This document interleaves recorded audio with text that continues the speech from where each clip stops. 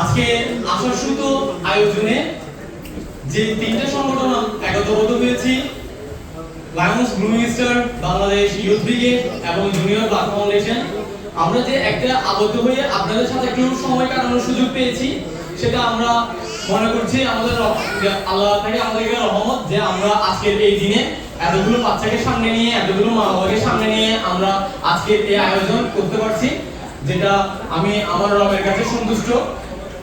আলহামদুলিল্লাহ, আজকের এই আয়োজন করে আমরা একটা আবদ্ধ তিনটা পরিবার যেহেতু একটা আবদ্ধ হয়ে কাজ করছি, ইনশাআল্লাহ এই আবদ্ধ আমরা সবসময় সামনের দিকে এটা করে যাব।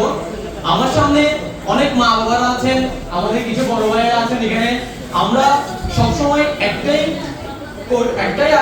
স্লোগান নিয়ে সবসময় আমরা কাজ করি, যে নতুনত্বের যে চিন্তাধারা। এবং আরেকটা চিন্তা দিয়ে বলি, আমরা জুনিয়র ব্লাক ফাউন্ডেশন সবসময় মানবিক কাজের চেষ্টা করছি, যতটুকু সম্ভব চট্টগ্রাম সহ সব জায়গায় আমাদের এই মানবিক যে চিন্তাধারা, ওই চিন্তাধারা নিয়ে কাজ করি। আমাদের কিছু বিদেশি ভাইরা